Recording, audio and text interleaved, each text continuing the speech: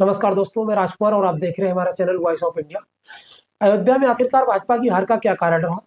हो सकता है भाजपा की हार का कारण बुलडोजर रहा हो, क्योंकि भाजपा सरकार में अयोध्या के विकास के नाम पर, अयोध्या के सौंदर्यीकरण के नाम पर लोगों के आवास को, घरों को तोड़ा गया, लोगों को बेघर किया गया।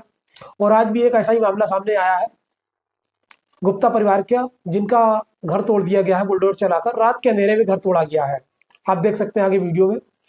और जो कि सारे दस्तावेज उनके ठीक थे, उसके बावजूद भी सुप्रीम कोर्ट का आदेश है कि बुलडोजर से किसी का घर नहीं गिराया जाएगा। इसको लेकर भाजपा को एक बार फिर मंथन करना होगा। सुप्रीम कोर्ट के आदेश के बावजूद भी भाजपा सरकार में अधिकारी मानने को तैयार नहीं है। लोगों के घरों पर बुलडोजर चला रहे हैं, उनके सभी दस्तावेज सही है, उसके बावजूद भी लोगों के घरों को तोड़ा जा रहा है। शायद यही कारण रहा है कि भाजपा को अयोध्या में हार का सामना करना पड़ा, क्योंकि आदित्यनाथ जी को अपने अधिकारियों को बताना होगा कि सुप्रीम कोर्ट का आदेश है, उसके बावजूद भी लोगों के घरों पर बुलडोजर चलाया जा रहा है। एक मामला ऐसे ही आया है मनीषा गुप्ता के नाम से, जो गुप्ता फैमिली के नाम से एक मामला सामने आया है। उनके घर पर बुलडोजर चलाया गया है, जबकि उनके सारे दस्तावेज सही पाए गए हैं। उन्होंने अपना नक्शा भी सरकारी ऑफिस से बनवाया, सरकारी रजिस्ट्री कराई, और उसके बावजूद भी आवास को तोड़ दिया गया है।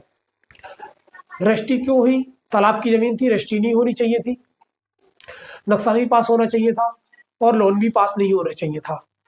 क्योंकि जब बैंक लोन देती है तो सब जांच पड़ताल के बाद लोन देती है। उसके बावजूद भी उस परिवार का घर तोड़ दिया गया।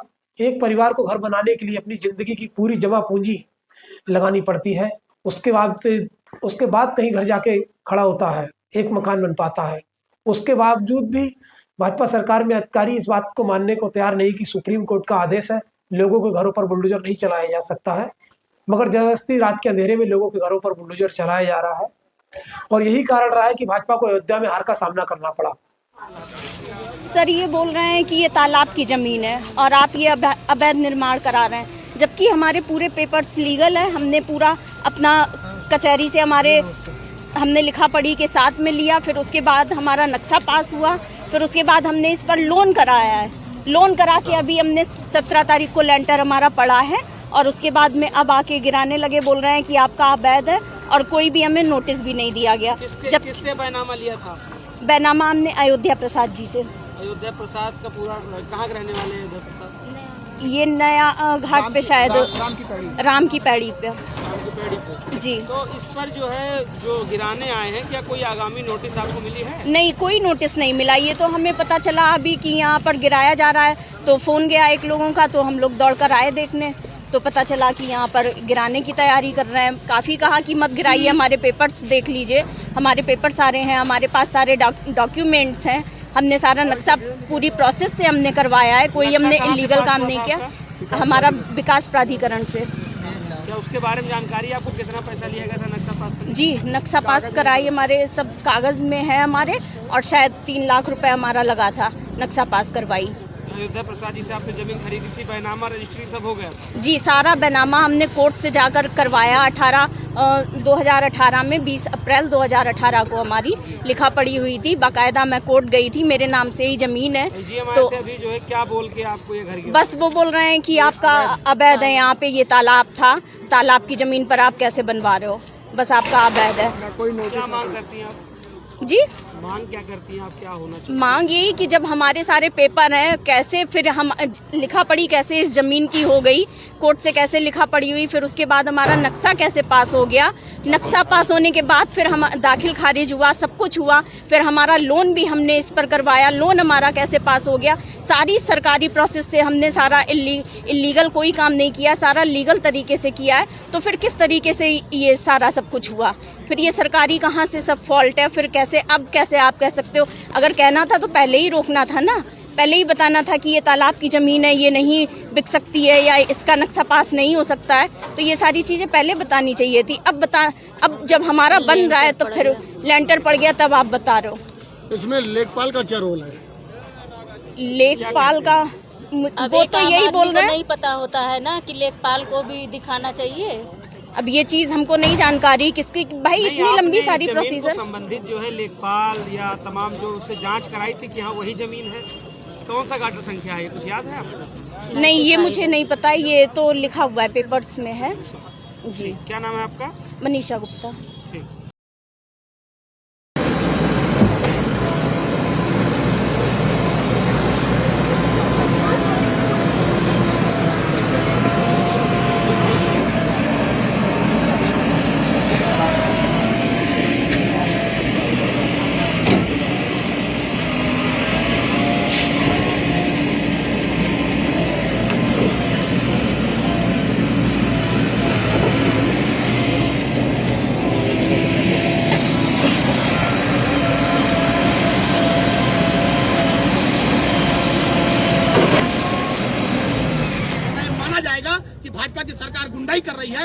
जिसका मकान और जमीन चाहेगी, जो जगह में कब्जा करेगी, वो परंपरा कायम की जा रही है।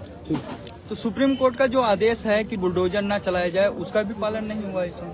तो भाजपा का चाल चलित और चेहरा क्या है? यही तो उनका चाल चलित चेहरा है। अगर ये कानून मानते होते, संविधान मानते होते, तो ये बुलडोजर चलता। ये कानून संविधान से ऊपर है। इन्हें सर्वोच्च न्यायालय के आदेश से कोई मतलब नहीं है। ये तानाशाही दिखा रहे हैं, जिसकी समाजवादी पार्टी निंदा करती है। लेकिन पूछ लीजिएगा अभी आप गुप्ता फैमिली से, इन्हें कोई नोटिस नहीं दी गई। एक भी नोटिस, सिंगल नोटिस इनको नहीं दी गई। और कल रात में चोरों की तरह बुलडोजर लेकर आए और इनका पूरा मकान गिरा दिया। इनका पूरा मकान गिरा दिया। इन्हें कोई नोटिस नहीं। अगर इनकी जमीन गड़बड़ थी तो इनको नोटिस देते, ये कोर्ट जाते, मुकदमा लड़ते, अपनी बात करते।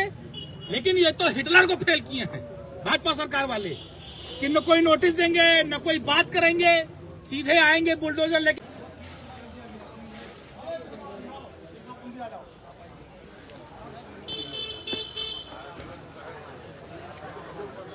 आओ सब लोग इकट्ठे जाओ, सब लोग।